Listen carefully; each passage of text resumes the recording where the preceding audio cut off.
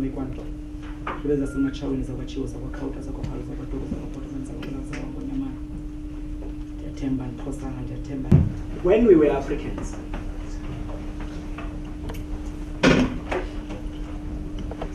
I would have no need to explain what I have just done now.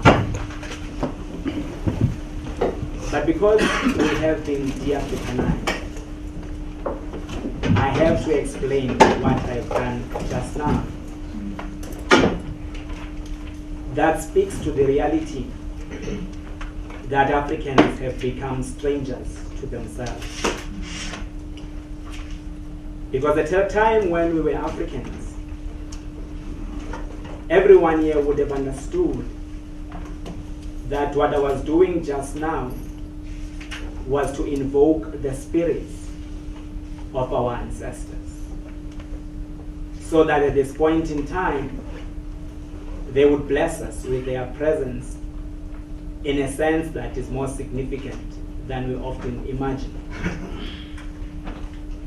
But to say that they would do so is to also give some kind of a contradictory signal, because it gives the impression that at other times they are absent and at other times they are present, and yet they are with us all the time.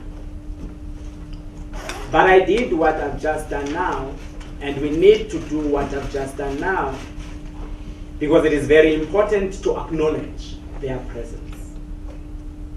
When we do not acknowledge their presence, we take it for granted that they are there, and we also take them for granted. And that is where the loss of connection, the disconnection, takes place.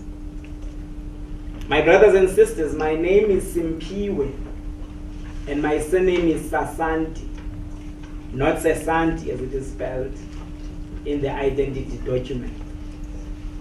But it became Sesanti because those who were in charge at the time, my ancestors needed to record themselves as such, felt that they could only pronounce Sesanti maybe because it is very close to their own language where they would have Sesanti.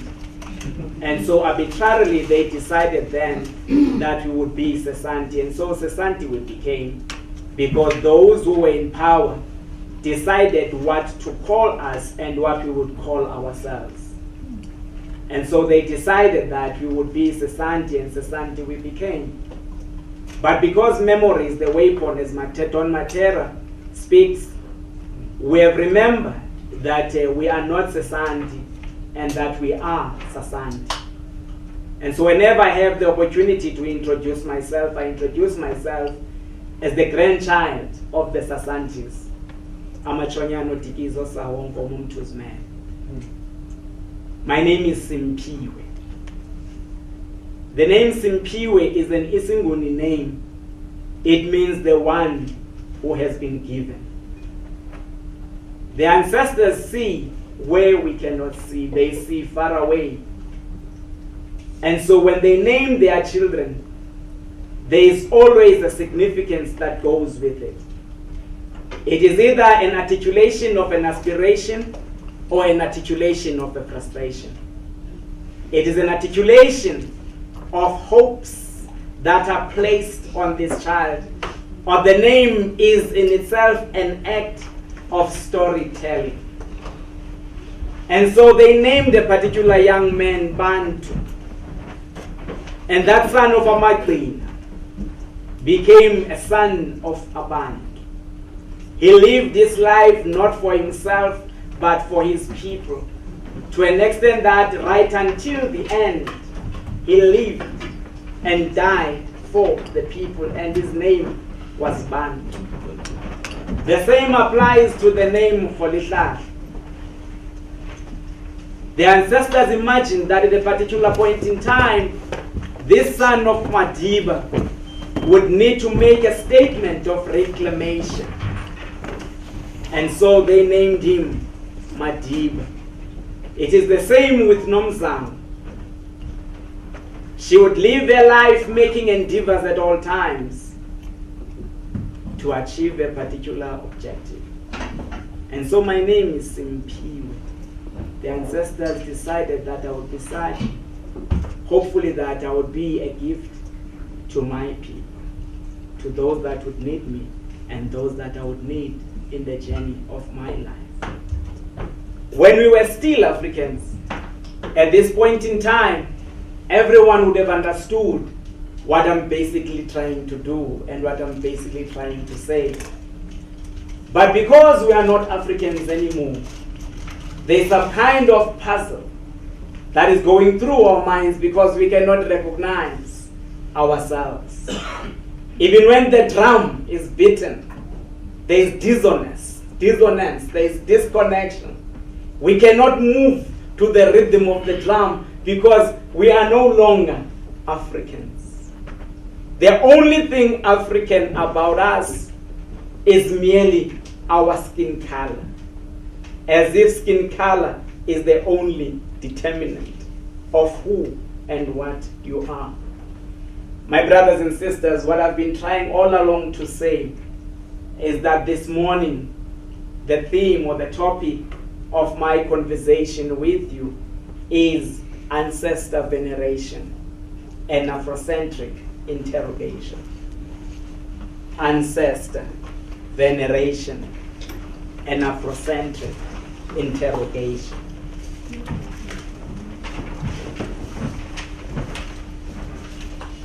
What we're going to hold a conversation about this morning is to interrogate the meaning of the ancestors and their relevance in our lives, past, present, and the future.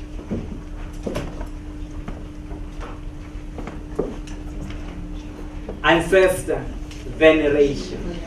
Veneration? Veneration. Okay, we venerate them. Ancestor veneration and Afrocentric interrogation.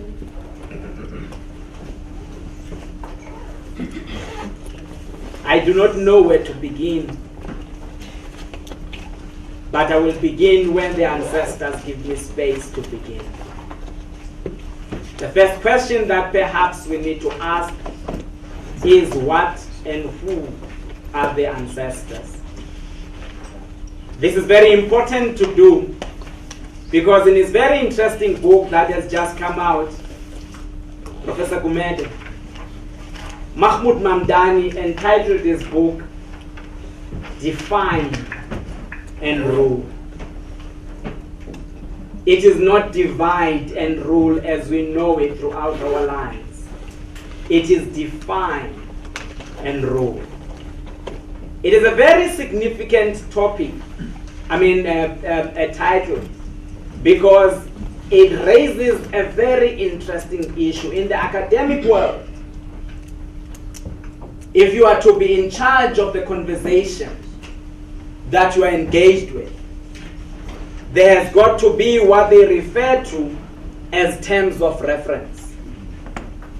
What this means is that there has got to be a consensus about the definition of a concept.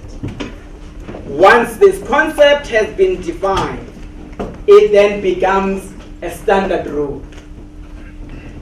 And so when you define an object or a subject, you position yourself into a space of power. So that's why it's always important to understand what we mean by what.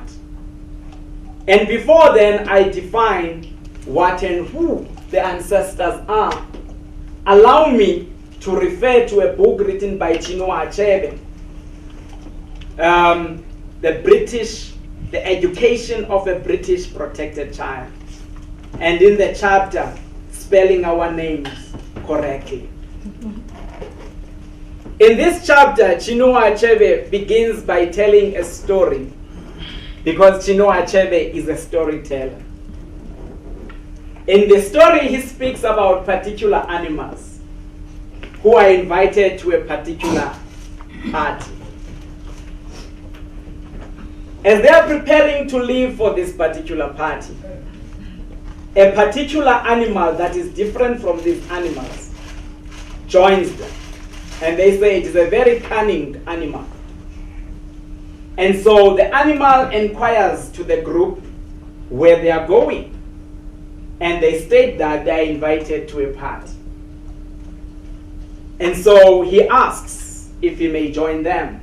And they say no, because they know that is a cunning animal. He persuades them with all his persuasive powers until they relent. But this animal has no wings to fly. And so he speaks to these animals to give him some feathers so that he too can fly, because the party is in the sky. And they give him the feathers. And so together they fly. On their way, the animal says to them, hey, there's something important that you must know about the place where we are going to. Mind you, he's the guest. He is asked to join this. But he knows better than the people who are supposed to host him. And he tells them what the terms of reference are. Surprised, the birds ask, what takes place there? They say, no, when you get there, we must have new names and not use the names that we are using. They were surprised, but they were fascinated. And so they gave themselves all kinds of fancy names. The beloved, the beautiful, the great, the this, and the that. And then they asked him, but what is your name? And he said to them, my name is all of you. They were surprised by this funny name. But they thought it was a joke and they laughed. As we always do when we're about to be destroyed. People tell jokes, we laugh at them, and ultimately they destroy us. And they went to this party together. And so when they got there, the host invited them to a meal. But the invitee asked for some intervention. And he asked, who is this meal prepared for? Hi. But the host felt that this was an obvious thing. He says, this host, this meal is prepared for all of you. And he turned around and said, ladies and gentlemen, you have heard. This party is prepared for all of you. And all of you is me. So please leave. They left because the party was prepared for all of you. And he said, and they left. Chinua Achebe makes me think about a number of things. But I'm going to speak only about one relevant to the discussion that we're having. In this continent of Africa, when we speak about who and what is an African, lately, anyone and everyone is an African. Prior 1994, Africanness, being African, was associated with something despicable, something backward, something primitive.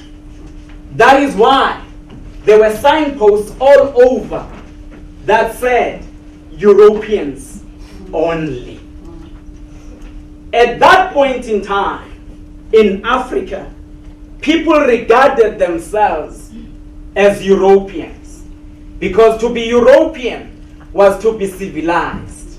To be European was to be intelligent. To be European was to be inventive. But to be African was to be primitive. To be African was to be despicable. To be African was to be low. But came 1994 and 1996 when Becky said, I am an African. Everyone jumped up and said, I'm an African too. So that we no longer know what and who is an African, because all of you are Africans. Everyone is an African. So that when we want to speak within a particular context, a context that we want to speak about now, Professor Kumede, speaking about African culture, everyone says, I am an African, but selectively so, rejecting everything that goes with being African. The culture they distance themselves from, but the identity they claim in their arbitrary way, reminding one of what Ali Mazrui referred to, that they love the land, but they hate and despise the people of the land. They call themselves African because they want to make a claim to every gain that is on the African land. But they despise everything else that is African.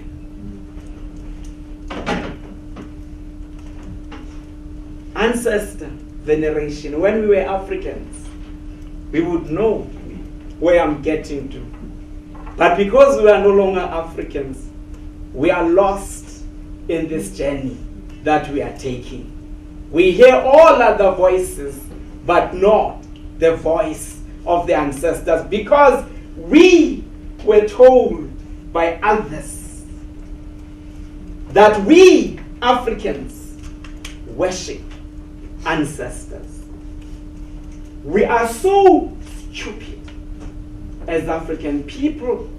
We are so helpless, such that in our helplessness and our uselessness, when there is nothing else better to do, we turn to dead people and speak to dead people who cannot do anything for us because they themselves are dead, rotten in their graves, helpless, as useless as we are.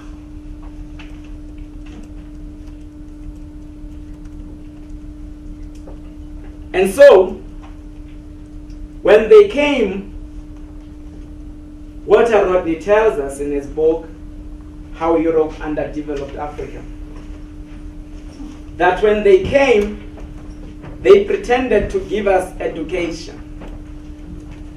But in truth and reality, they gave us miseducation. They taught us everything and anything that is there to know about Africa. And they made us forget anything and everything that there is to know about being African. So that we knew more the geography of Europe than we knew the geography of Africa.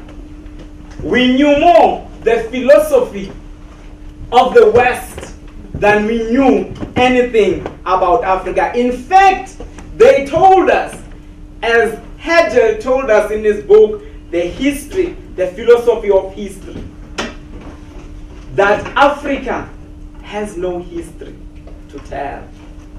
The only history that is there about Africa is the history of the Europeans in Africa. Even Egypt, they allowed, because they could not do otherwise, they left Egypt geographically, but philosophically and culturally, they took out Egypt. And they took out Africans from Egypt. Because the project was to kill memory. When you suffer from memory loss, when you suffer from amnesia, you don't know your own mother, you don't know your own father, you don't know your own siblings, you don't know what and who you are. And so what Rodney tells us, and Basil Davis in his book, The Black Man's Burden, that they then set standards after dispossessing us of our land. They needed to dispossess us of our cultural memory so that we would only remain Africans in terms of skin color, and nothing more and beyond that. They then told us that to worship ancestors is stupidity, is backwardness, and they gave us a new ancestor. They told us that it is wrong to speak to the Creator through the ancestors, but it was well and good to speak through a new ancestor, a Jewish ancestor, whose name you know very well.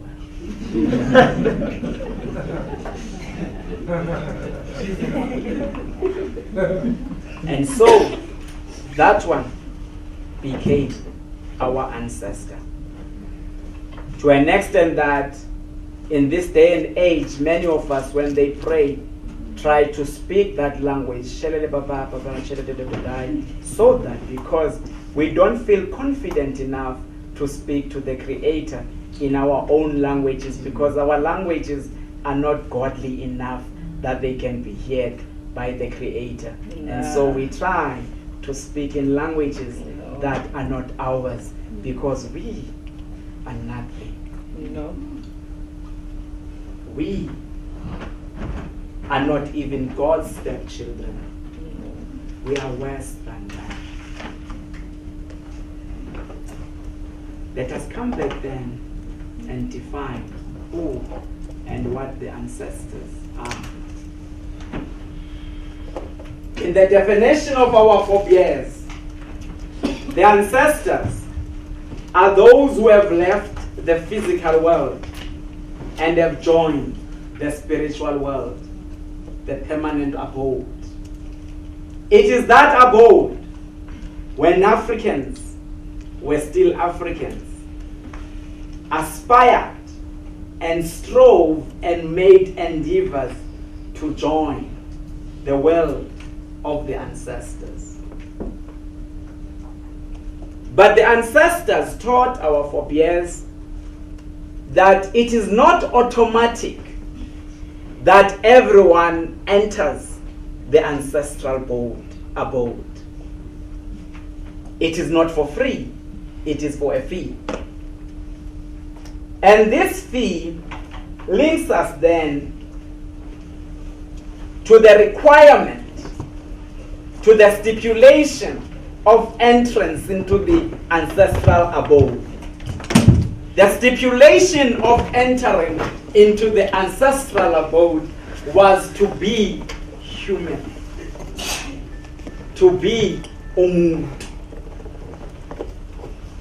to be muntu. But again, the ancestors taught us the fact of birth, the biological fact, does not make you a human being. That is why Basotho bare mutu ole asimuntu, and the Zulu speaking would say asimuntu, and those who speak isiXhosa bathi asingumuntu. And Mazisi Kunene in his book The Ancestors says the Zulu speaking have a saying banakho konke kodwa izinja lezi. They have everything, but these are contemptible like dogs. And that statement, as many statements, could easily be misconstrued and misrepresented. It could be said that Africans despise animals. They treat animals with contempt. No. Africans gave themselves time to study nature. And they noticed that where there is a puppy and a dog, or the father, the mother of the dog, I'm trying to run away from using that word. It's ugly. But yes, that's an English word. But I'm an African child. I was taught to be respectful. When a person throws the dog, the bone, in the presence of a dog and a puppy, the dog father has no sense of shame to growl and to bite its puppy over the bone. And our ancestors reasoned that we must be better than this as human beings. Zeningalali. Nkhayise zeningalali. Kusezimini apho onyana bazakuthengisa ngoyise zeningalali. You must not sleep. There will come a time when sons will say their fathers and fathers will sell their sons. Zeningalali. You must not sleep. Mkhai the revisionary saw this day and age when some of us would be reduced to selling the destiny of our children to recipients of socks and shoes and belts.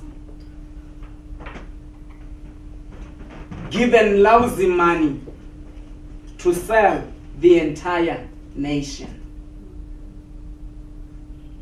That is because we are not cognizant of the teaching of our ancestors.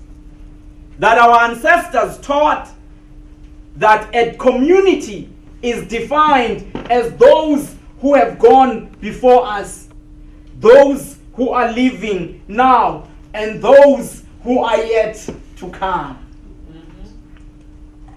That those who are in the central, those who are occupying the present space, should always look up to the ancestors, the great deeds performed by those who went ahead of us, those who built us civilizations, those who taught us the values of compassion, that we must never bow down to the gods of greed and selfishness, that we must care for those who live next to us, in front of us, and behind us. Our ancestors taught us that system of Ubuntu, Hunu in Shona, Onipa, I think in the languages of Nigeria. Our ancestors taught us that. And those, therefore, who occupy the present will recognize that what we have is a gift from those who came before us. We got it for free, and we must be generous in keeping for those who are yet to come, the unborn. But because we are no longer Africans, we're suffering from amnesia. We don't know this. We're taking everything that is there to take. Taking for our immediate children, creating empires. Those who've got the same surname have got everything that is there to take. But our ancestors taught us that parenthood is not merely a biological fact. Yes. It is a spiritual reality. A child who is the age of my children is my child. I am his or her father. And I'm supposed to take care of the child of the village, because it does not take one or two parents to bring up a child. It takes the entire village. That is the heritage of our ancestors. Yes. That you dare not even entertain sexual feelings toward a child when you say you subscribe to Zulu culture. That you are going to have a sexual relationship with this child and claim that this child wanted it, and that in my Zulu culture, if I had not done it, this child would have charged me with rape.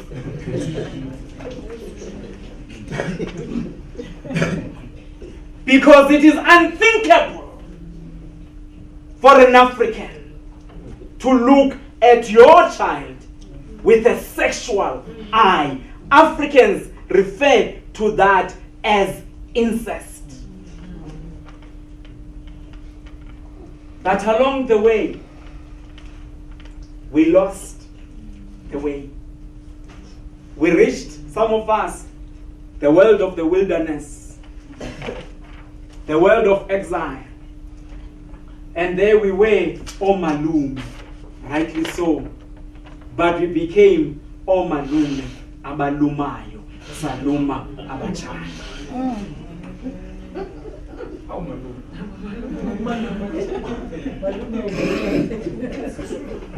Omalume in exile beat Abachan.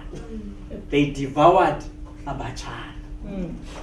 And yet, Malume, the name or the term Malume means male mother. Because you are the brother of this child's mother, you become the mother of this child who is the male. When the child visits the maternal family, she comes across Omalum, and these are her or his mothers. But along the way, we got lost and ceased being Africans. And that is why it has become a normal, ordinary thing to seek to have sexual relations with our children, because we lost the way.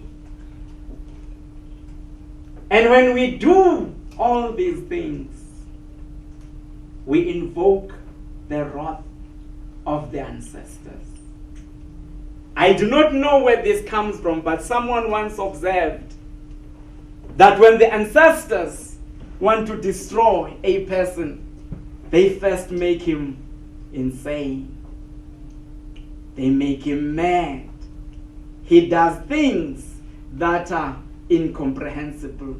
And we see many amongst us doing things that are incomprehensible because they have gone insane. Bapande.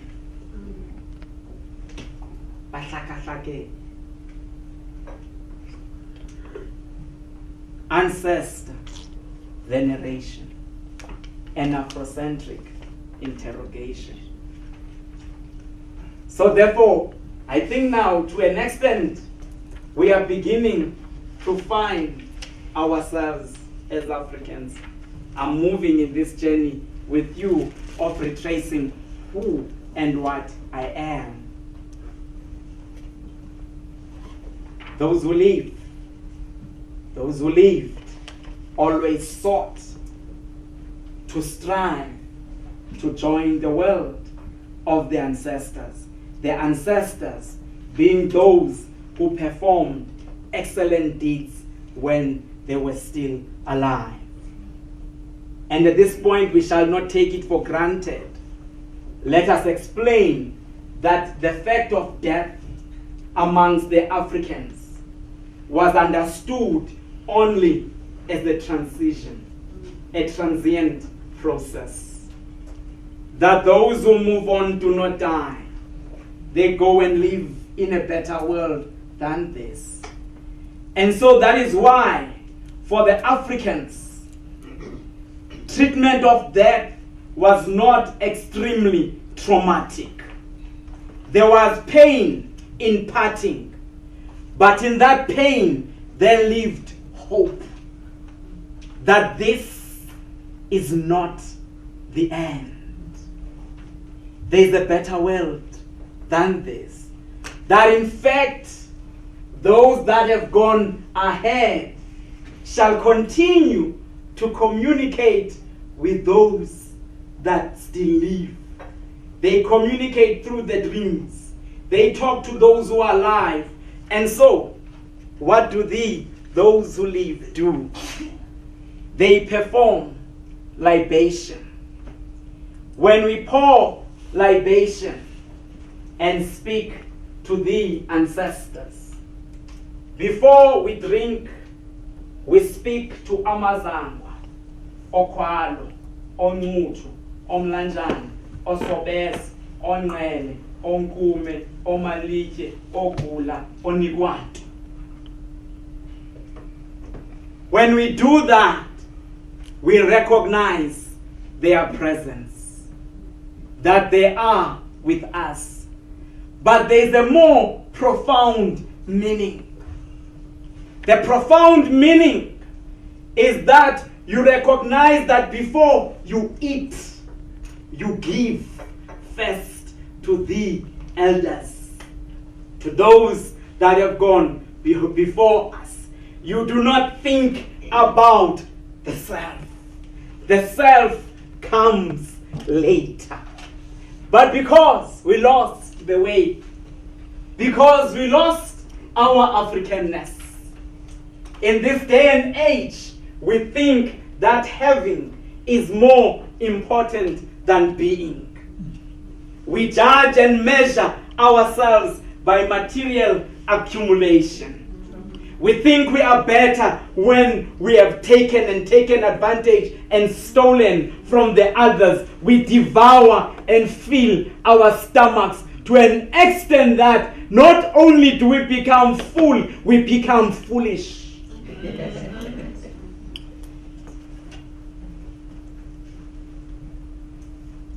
If we had understood that first we give, and only later do we consider ourselves, we would be thinking about the elders that live with us, and not steal money that we steal now.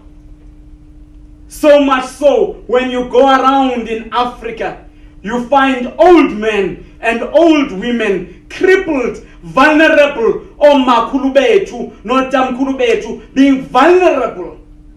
When we move amongst them wearing silky suits and insult them by promising them money that we don't even give to our own children as pocket money. That is because we lost the way. We insult our ancestors. We do not venerate them. And is it any wonder that we're such a weak nation as African people? Such a weak people who had such excellent forebears. But this is what and who we have become. In the abode, in the shrine, enkundleni, malum, enkundleni, amachawe take a piece of meat from here and they call it insonya. It's a small piece of meat. There are about 20 or 30 amachawe and the nephews and the nieces and all of them there. That small portion must be eaten by everyone. Small as it is, because our ancestors were teaching that we must share the little that we have. And umkomboti, or the sour milk or water that is there in the shrine, is going to be passed around. We do this ritual so many times, but we don't understand the significance that we were being taught the spirit of sacrifice and the spirit of solidarity.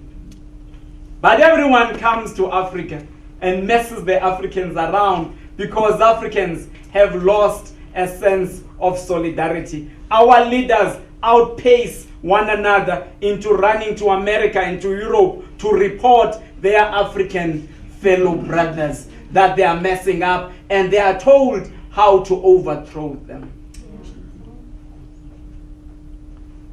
That is how they killed Lumumba. That's how they killed Kwame Nkrumah. That's how they killed the beautiful sons and daughters of the soil. Because they were told somewhere else what to do. The only offense they committed was to love the sellouts so much, to an extent that they did not recognize the traitors, even when their actions were so obvious that they were traitors. How blind love can be at times, so blind. Blind love makes us naive because we are blinded by those that we love. Even when they abuse us, even when we see that they are going to sell us out, we love them because our ancestors taught us that these are our brothers and sisters and that we should take care of them even when they are selling us out. Ancestor veneration. What did our ancestors teach us to make us human? They told us that it is easy to have a mathematical giant, but it is not easy to have a moral giant. They told us that the wise and the elders can see sitting down what the young and the naive cannot see standing up. Our ancestors taught that. Because our ancestors could distinguish between knowledge and wisdom. A school child can be knowledgeable, but not necessarily wise. Wisdom comes with moral maturity. Our ancestors taught us that they preferred the wise over the intelligent, because the intelligent can be cunning. The intelligent are you, the educated, who can cite Foucault, who cite Plato and Aristotle, coming out of your mouth so fast because you're erudite, you've memorized all these so that you can become a professor like me and Gumet. But professors that we are, we continue to bow down to wisdom that is ancient to us, wisdom that denudes us, wisdom that attenuates us. They teach us that the factors of democracy are 5 years every election, or election every 5 years. Competition, you must compete. But hey, they shut up when Tony Blair became a prime minister 3 times. Hey, their democracy. It was fine. Tony Blair could break that because it's Tony Blair and he's a European. But Africans must rush to get out of power so that there is no continuity. And they give us money to harass our own before they've had time to mature. And we're comfortable. They tell us we must compete. But our ancestors had taught us better. They had taught us consensus as a political system. And those who think that we romanticize, because when we speak, never mind that they romanticize Greek at all times. When they tell you democracy is Plato, when they tell you ethics it's Greek, when they tell you this it's Greek, everything Greek. And there's no romanticization there, because it's Europe. But when you speak about the beauty of African history, they tell you that you romanticize. Because you must remember only the ugliness about yourself, so that when you look back, you are filled with a sense of shame and self-hate.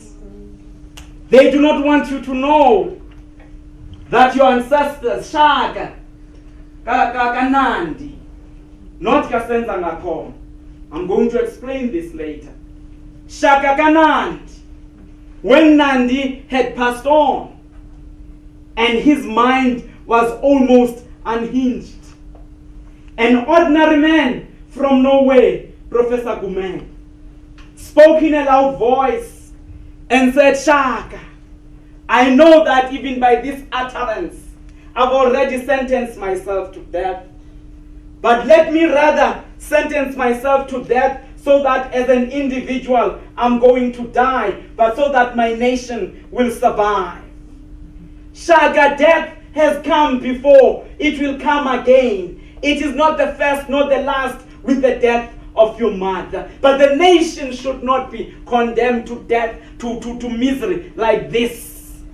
Because the people were not plowing and harvesting and all that. It was a period of mourning. Shaka's mind was absent. But when that ordinary man spoke from nowhere, Shaka became. He listened and he said, who are you? And he explained himself.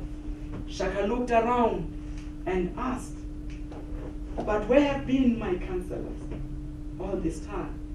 These are the words that I was supposed to be told by my counselors. But his counselors had become sycophantic. His counselors had become praise singers, as we do now. Those who surround our presidents sing them praises even as they are sinking.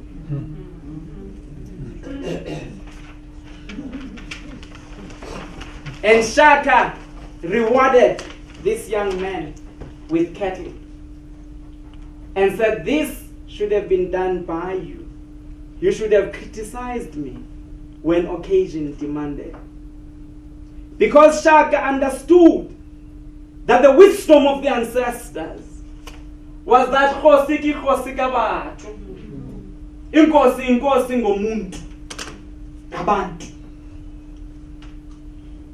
A king or chief does not rule on his own whims.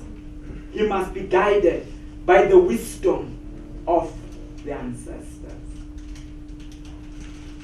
And that is why Shaka, when he was summoning those who had harassed his mother and questioning them why they had done these deeds, they say, we could not do otherwise because your father had instructed us to do that.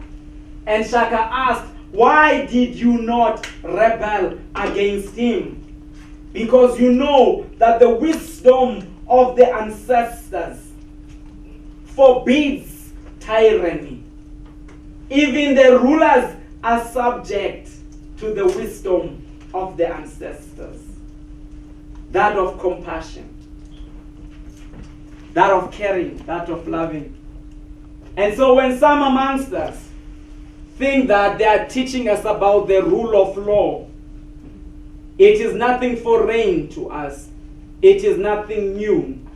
It was practiced because the wisdom of the ancestors dictated that Khosi ki Khosi ka batho, that a king does not rule whimsically. And this was the wisdom of the ancestors.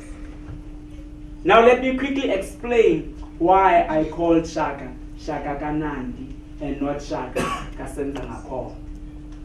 Senza Ngakona disowned Shaka.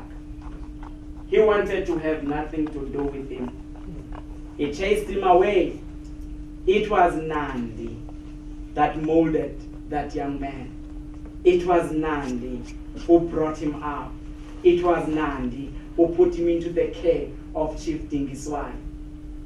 It was for this reason that Shaka at all times consulted his mother, because Shaka was his mother's child.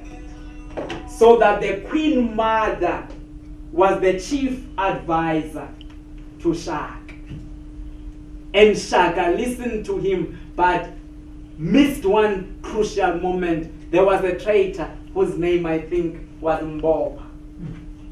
Nandi told him that Shaka I fear Mbopha as I fear a snake. And Shaka said, no, Mbopha gives up his family, he gives up his home, he gives up everything for me. He does that. And yet Mbopha was then the one who betrayed Shaka when Shaka was being killed by his brothers. Shaka must have remembered the words of nine, but it was too late. And Shaka wept ceaselessly, uncontrollably. And the pillar of Shaka again was another woman, Nomgobo, his sister. Having a conversation with Nomgobo, Shaka said, it is me who should be consoling you. And yet you are the one, my sister, who is consoling me. And that takes us, my brothers and sisters, to the role and status of a woman in African culture. How did our ancestors regard women? The Zulu-speaking Africans, when they swear, they don't swear by God. Bafunga ngoma. Athi ngifunga uma ngizokushaya ngiqede. When a Zulu speaking has sworn by his ma, you're in trouble. Because the Zulu speaking African must fulfill. And Credo Mutwa tells us that amongst the Amazon of old, you could do anything and everything. But if you defy the honor of a woman, a Zulu man had an obligation to kill you. Because the honor of an African woman was sacred amongst the Africans. Because it is these people who carry the children into the world. They are the ones whose wombs are the bearers of life. And the Akan of Ghana then tell us that the reason that the blood that flows in the child is that of the mother. And that should be logical, because when the child is in the womb of a woman, he or she is the one that shares everything with the mother. And so in Ohafia, I think that's what they called it in Nigeria. That language says, there's a saying there, that a man's penis scatters and a woman's womb gathers. Nice. Ohafia. A man's penis scatters and a woman's womb gathers. Literally and figuratively. Men make children everywhere like dogs. They leave puppies everywhere. But the women always are the ones who must speak up. And Amaxhosa, they swear by the eldest daughter, uMafungwashi. Athi mfunga udadewethu. Yabona ke namhlanje uzamazi. I swear by my sister. And you see in the Quran, when we offer sacrifices to our ancestors, because men sometimes can't control themselves with anything and everything, they do not think this, they think through another organ. And so, they're expected to be in a particular shape when they're going to speak to ancestors, to be pure, to be clean. But hey, you see, because they think things are easy, they do other things, and the animal does not respond. It doesn't, it keeps quiet, because the ancestors refuse to accept the offer. And when that happens, the men are asked to step aside. Amankazane ekhaya, the dabawas of the home, the rakhadis, are called forth to speak to the ancestors. And oftentimes, the ancestors listen to these bearers of life. Amadume says, these, the women, are creators of ideology. And the Zulu speaking should know this, because Senzangakhona was violently opposed to Shaka becoming the king. But it was Mkhabane who engineered the process. She was the chief organizer who made it possible for Shaka to become the king. And it was her again who was behind the scenes engineering his downfall. The chief ideologue, the chief engineer, the chief organizer. In Ghana, are there any Ghanaians in this class? There is one. In Ghana, when the Ashanti were being defeated by the British and the men were cowering in front of white men, it was a woman, Ya Asante, who said, when men were men amongst the Africans, we would not have a situation where the British would come and take away the stool and the men would sit here cowering. And he said, it's fine, step back. Because basically you are males, no men. There's a difference between a male and a man. Because being a man,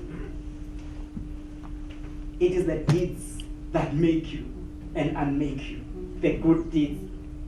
And so, Ya Asante, that's why that call was called the War of Ya Asante, was the one who confronted the British. That warrior. And when she was going into war, she looked back, I think it was when she was captured by the British. She looked back and said, oh, women of Ashanti, I pity you. She was filled with sorrow because she could see that now these women were vulnerable. And then one man spoke out, shamelessly so, and said, what about us men? And Yasentewa looked back again and said, what men?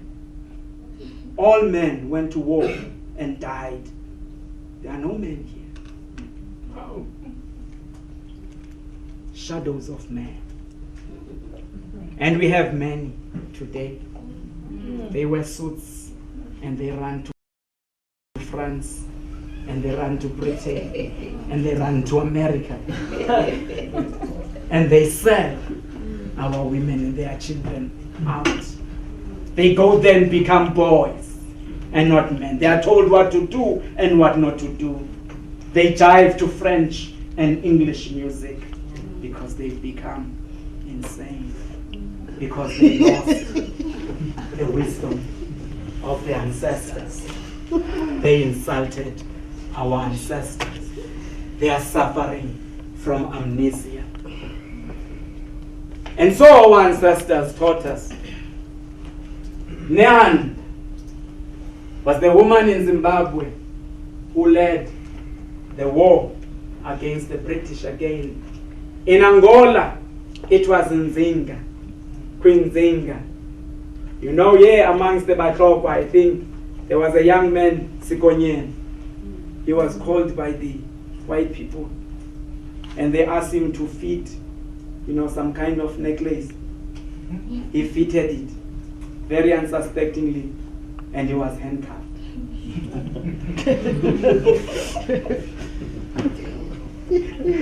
As if his mother was not Mantantis, the great fighter who led the wars. What am I saying? I'm saying the ancestors had faith in the leadership of women. That is why they had Hatshepsut in Kemet. That is why they had 4 pharaohs in Egypt. Not because they were queens, but because they were rulers in their own line. That is why amongst the Balobedu, we have a line of women ruling. But in our present democracy, we have some liberation movements who say that the time of women has not yet come. And that when we consider leadership, it must be on merit, as if these men themselves went into leadership on the basis of merit.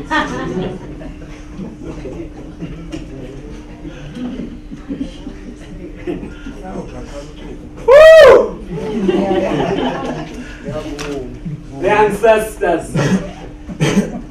This is the progress. This is how far our ancestors advanced.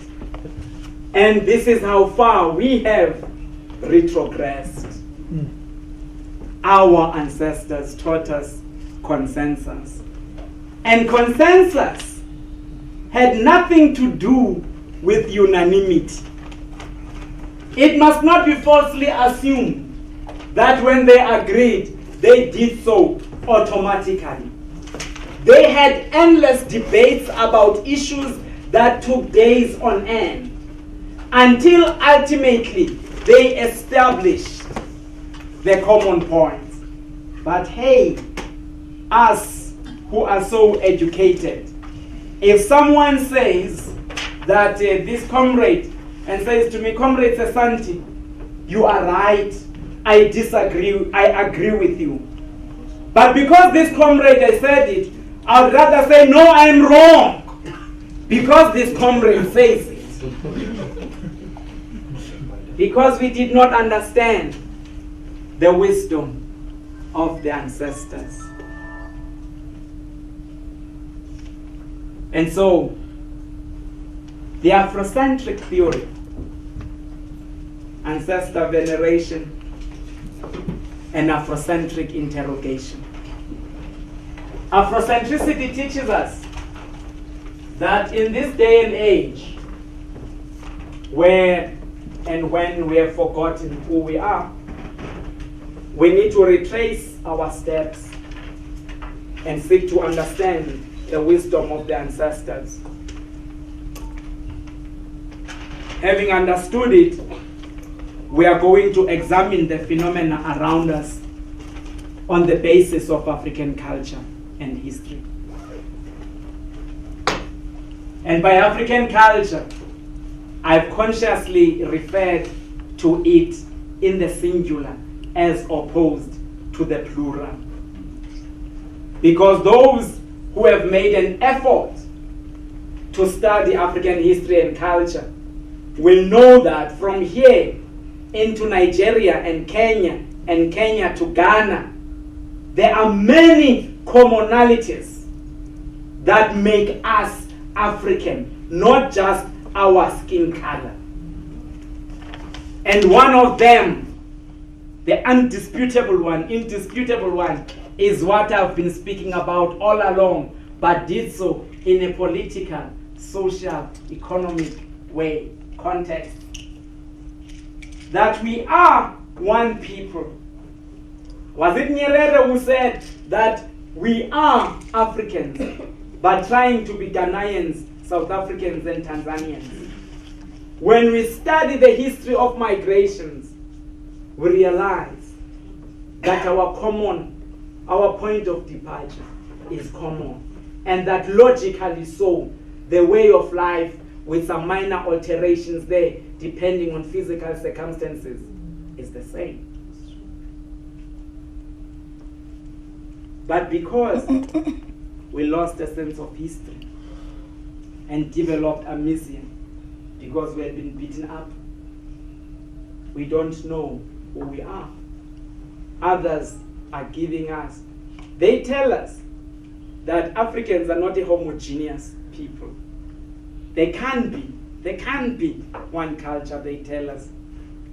Let us leave that for a moment and look at them. They wear ties as a sign of respectability. And the whole wide world, in Europe, in America, in Asia, and here, Shem, in Africa, we wear ties as a sign of respectability. We do not feel respectable enough and presentable enough without wearing the tie and the suit. And so that their culture is not just European, it becomes pan-universal. It's everything. Everyone does it.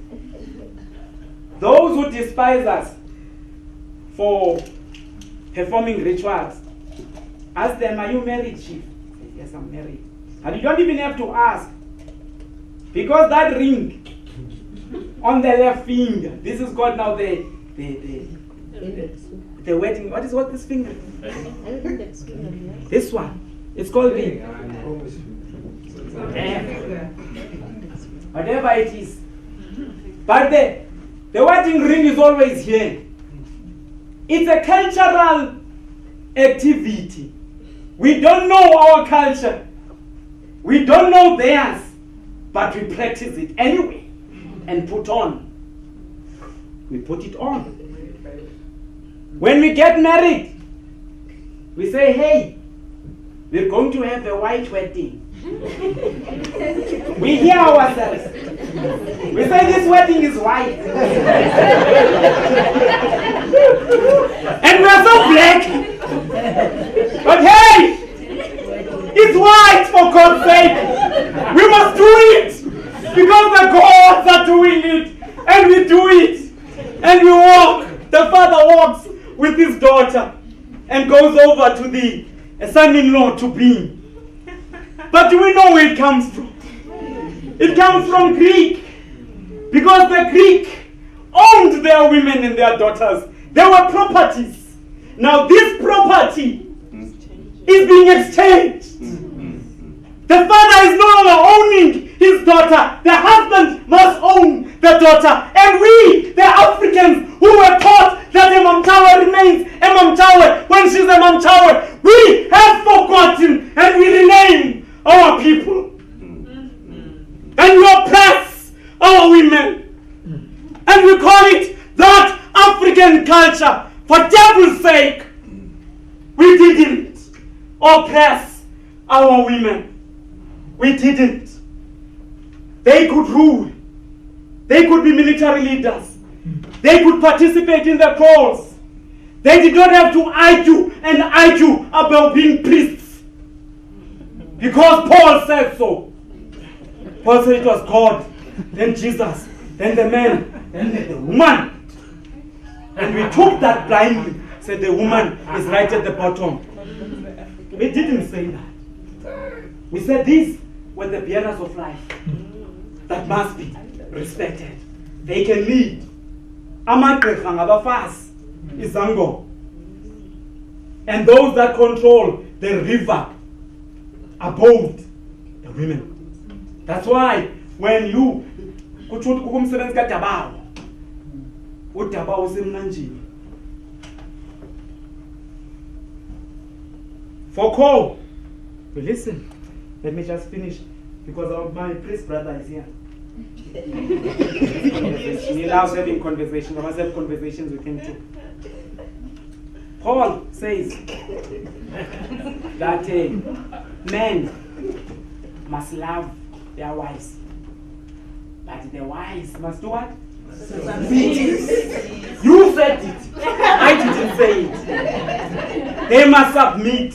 Because you know what? Men's love is a favor. Men do them a favor by loving them. And theirs is to be uncritically submissive. Interpretation is key. Beautiful. And so, our women in our culture were leaders. They led, rightfully so, because they are the bearers of life. And Foucault tells us that in the Greek society, in his own words, women were the underdogs. They were only useful for sexual satisfaction.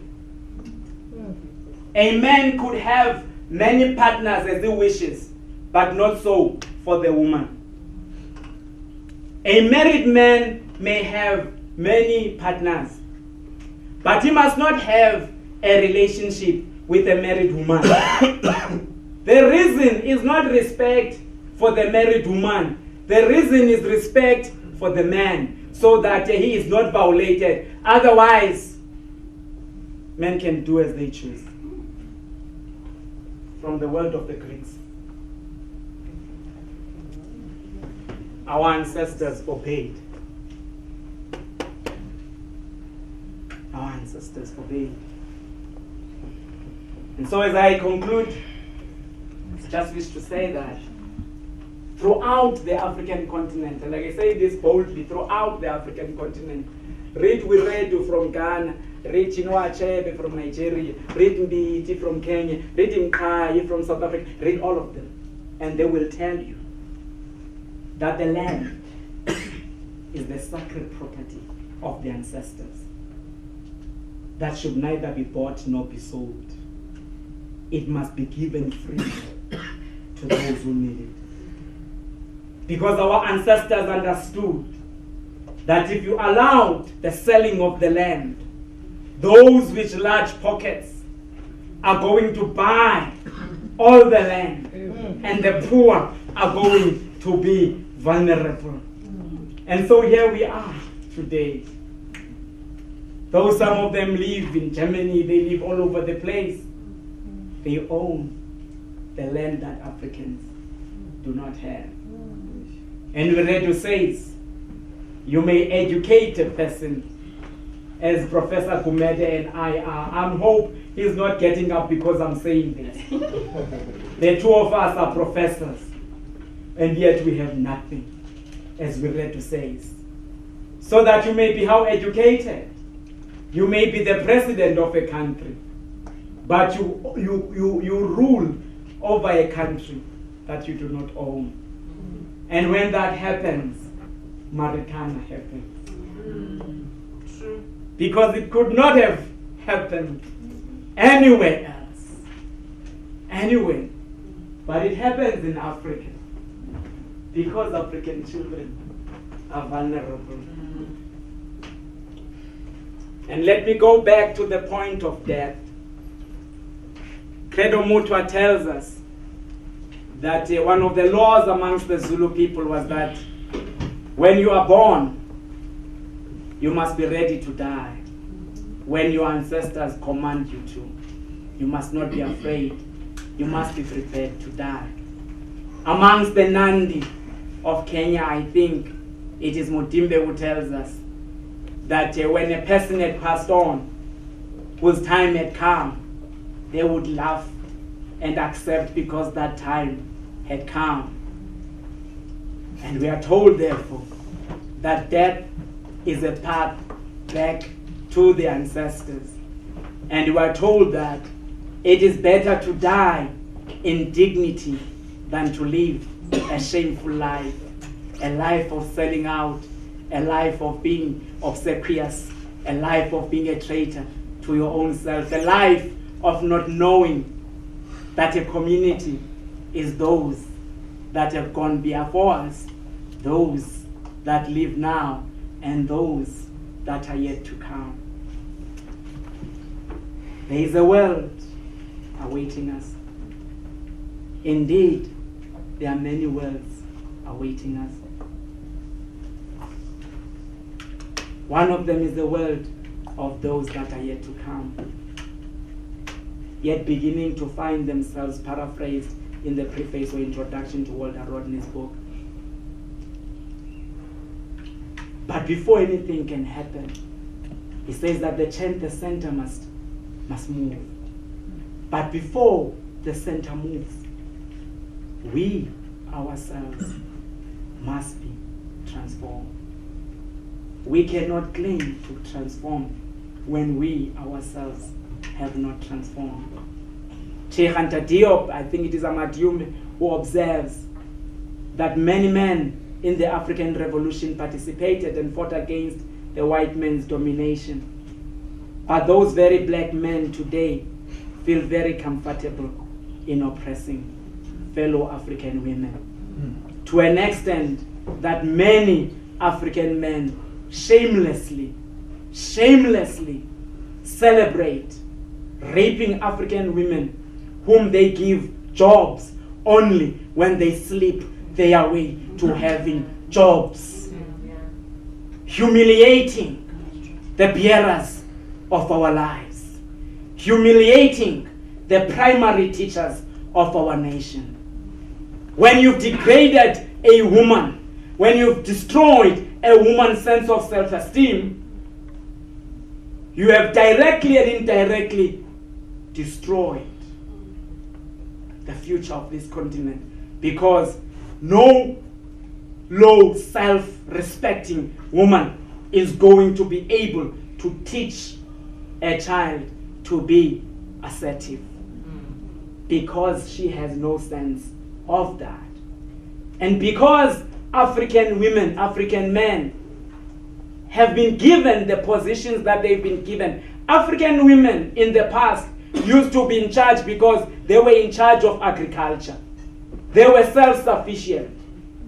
Only when were we dispossessed did they become disempowered, because there was no land.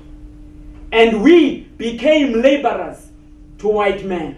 And when they gave us peanuts like monkeys. We felt elevated above African women, and we began to treat them like rubbish.